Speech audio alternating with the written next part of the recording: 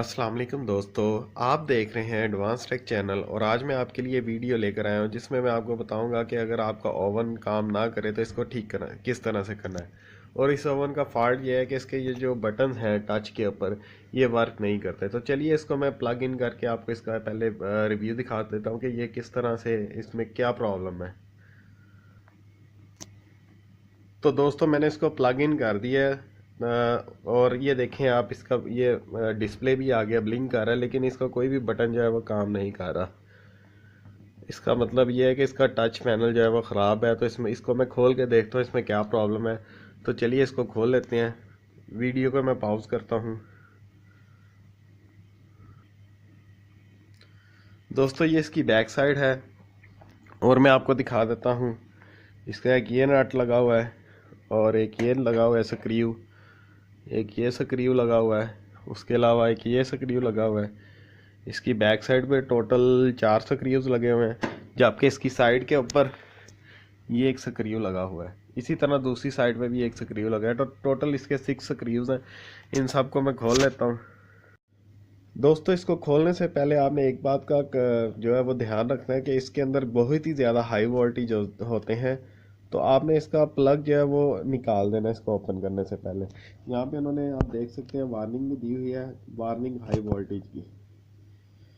तो इसको बहुत ही एहतियात के साथ आपने इसको खोलना है।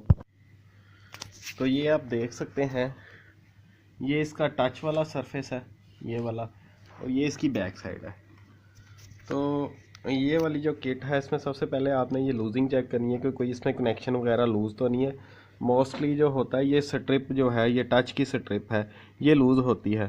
तो इसको भी मैंने चेक कर लिया है। इसको खोल के इस तरह से इसका जैक जो है, इसके एजेस जो हैं थोड़े से खींच के बाहर की तरफ कर लेने हैं। और उसके बाद जो है मैं भी आपको दिखाता हूँ ये किस तरह से खुलना है। ये आप देख सकते हैं कि ये इसका एज है। तो थोड़ा सा पेचकस की मदद से थोड़ा सा बाहर की तरफ कर लें। और इसी तरह इसके नीचे की तरफ भी एक एज है, उसको भी ऐसे पेचकस की मदद से ऐसे थोड़ा सा ऊपर कर लें। और उसके बाद ये वाला जो जैक है ये इजीली आपका बाहर आ जाएगा। ये देखिए ये बाहर आ गया। इसको आपने एक दफ़ा साफ़ कर लेना है, रबड़ से साफ़ करें। जो बच्चों की कॉपीज़ के लिए रबड़, जो कॉपीज़ के ऊपर पेंसिल को इरेज करने के लिए रबर यूज़ होती हैं, उस रबर से आप इसको क्लीन कर लें। क्लीन करने के बाद इसको दोबारा लगा कर देखें। अगर तो ये चल जाए तो इसका मतलब है कि इसके ऊपर कार्बन आई हुई थी, जिसकी वजह से ये जो है टच पैनल नहीं चाह रहा था। लेकिन इसको मैंने साफ़ करके लगा कर चेक किया है, इसका प्रॉब्लम नहीं है। तो चलिए अब मज़ीद आगे की तरफ बढ़ते हैं। इसका एक स्क्रू इधर लगा हुआ है, एक इधर लगा हुआ था और एक इधर लगा हुआ था, एक ये इधर लगा हुआ था। ये 4 के 4 स्क्रूज मैंने खोल दिए। तो चलिए अब मैं अब इसको मज़ीद बताता हूँ कि इसका आगे फर्दर क्या करना। तो ये इसका फ्रंट साइड का व्यू है, सरफेस है। आपने इसको, मैंने तो पहले ही खोल लिया था, इसके अंदर हल्का सा पेच का सामान है। जहाँ पे स्ट्रिप थी इस साइड पे स्ट्रिप थी, स्ट्रिप वाली साइड से नहीं आपने मारना। बाकी सारी तरफ से आपने हल्का हल्का ऐसे पेच का मार के इसको ओपन कर लेना है, जो ताकि इसकी जो अंदर स्ट्रिप है वो डैमेज ना हो। तो इसको ऐसे ओपन कर लेना आहिस्ता आहिस्ता से। उसके बाद ये नीचे आप देख सकते हैं कीबोर्ड की तरह एक सरफेस बना हुआ है, जैसे नॉर्मली कंप्यूटर्स के अंदर कीबोर्ड होता है। तो ये उसकी बेसिक्स पे काम करता है। तो मैं आपको कोशिश करता हूँ कि इसका प्रॉब्लम दिखाने की कि इसमें प्रॉब्लम क्या है। अब आप ये देख सकते हैं, ये जो इसका स्ट्रिप वाला सरफेस एरिया था, इसके अंदर से जो इसका कार्बन था वो बिल्कुल ही ख़त्म हो चुका है, डेड हो चुका है। ये लाइन भी आप देख सकते हैं यहाँ से जा रही थी, लेकिन ये डेड हो चुकी है, ये अंदर से कट आ चुके हैं। तो इसको ठीक करना है। तो इसके लिए इसका मज़ीद जो ये वाली स्ट्रिप है जो ऊपर लगी हुई है, इसको भी आपने इसी तरह आहिस्ता आहिस्ता पेचकस मार के उतार लेना है। पेचकस मारने के बाद इसको आहिस्ता आहिस्ता से बड़े प्यार से आपने उतारना है, ताकि ये मज़ीद डैमेज ना हो। तो ये मैंने पहले ही खोल लिया था, इसलिए मुझे थोड़ी इतनी प्रॉब्लम नहीं आ रही, वरना अदरवाइज़ आप बिल्कुल आहिस्ता आहिस्ता से इसको उतारेंगे। ये जो है वो ग्लू के साथ इन्होंने चिपकाई होती है। तो इसको बहुत ही प्यार से आराम आराम से उतारना है। मैं वीडियो को पॉज कर देता हूँ और इसको उतारता हूँ। तो दोस्तों ये तो कंफर्म है कि ये वाला जो इसका है, इसका टच का जो पैड है, टच पेपर जो है, ये बिल्कुल ख़राब है। लेकिन मुझे ये कंफर्म करना है कि इस किट में तो नहीं कोई मसला, क्योंकि ये ना हो कि मैं ये नया परचेज़ कर लूँ और इसमें भी कोई मसला हो तो मुझे दोबारा मार्केट में जाना पड़े। तो इसीलिए कंफर्म करने के लिए कि ये इसी में मसला है, इसको हम चेक करते हैं। तो दोस्तों इस पैनल को ऊपर रख लेते हैं इसके, तो कोई सा भी एक बटन ले लेते हैं जिसको हमने चेक करना है। जैसा कि ये +30 सेकंड का एक बटन है, मैं इसको ट्रेस आउट करता हूँ। तो यानी कि इस +3 का मतलब ये है कि 30 सेकंड ऐड हो जाए और ये ओवन स्टार्ट हो जाए। तो इसमें ये पहले, सबसे पहले ये देखना ये आ कहाँ पे रहा है। एक तो ये इसके नीचे इस जगह पे आ रहा है 3 +30 सेकंड का, यानी कि मैं आपको एक दफ़ा बताता हूँ। ये इसके ऊपर आ रहा था वो बटन, तो इसका प्रिंट ट्रेस आउट कर लेते हैं ये जा कहाँ पे रहा है।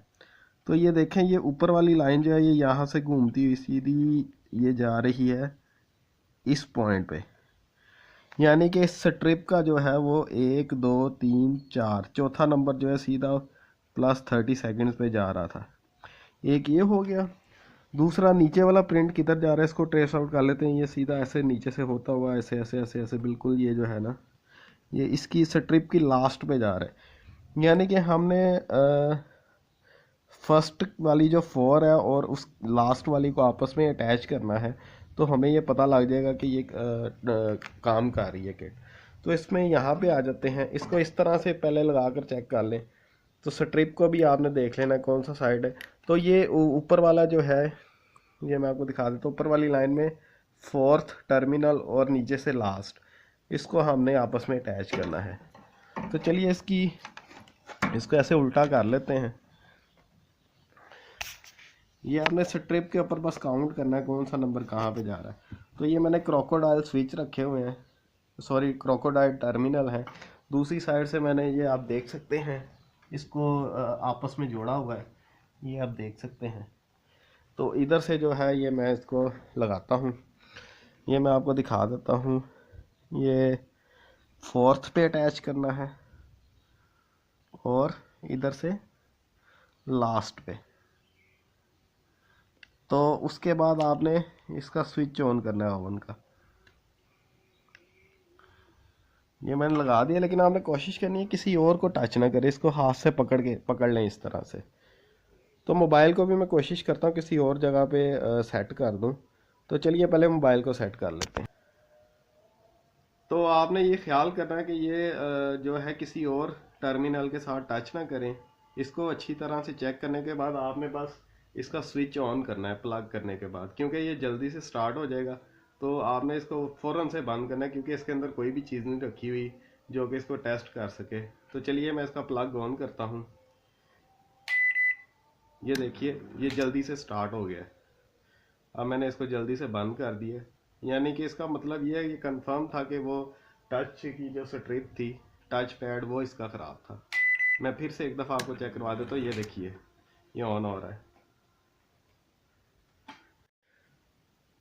तो दोस्तों वीडियो काफ़ी लंबी हो रही थी, तो मैंने सोचा क्यों ना इस माइक्रोवेव ओवन की रिपेयरिंग की वीडियो को 2 पार्ट्स में डिवाइड कर दिया जाए। ये इसका पहला पार्ट था जिसमें मैंने आपको डायग्नोस करना बताया कि इसको डायग्नोस किस तरह से करना है अगर आपका टच पैनल ना चले। और वैसे भी अभी मैंने मार्केट से नया परचेज़ करना है, तो उसके लिए भी मुझे टाइम लगेगा। तो ये इसका पहला हिस्सा था। नेक्स्ट जो पार्ट है उसमें मैं आपको उसको लगा के उसकी फ़ाइनल टेस्टिंग और रिव्यू उसका चेक करवाऊँगा और उसकी प्राइस भी बताऊंगा कि वो मुझे कितने का मिला है। तो उम्मीद करता हूँ आपको आज की मेरी वीडियो पसंद आई होगी। अगर आपको मेरी आज की वीडियो पसंद आई है तो मेरी वीडियो को लाइक करें, अगर नहीं पसंद आई तो आप इसको डिसलाइक भी कर सकते हैं। और अगर आपको कोई क्वेश्चन है तो वो भी आप कमेंट्स बॉक्स में पूछ सकते हैं। और अगर आपने अभी तक मेरा चैनल सब्सक्राइब नहीं किया तो आप मेरे चैनल को सब्सक्राइब कर लें। और इसी के साथ मुझे इजाज़त दीजिए, आज के लिए इतना ही। अल्लाह हाफ़िज़।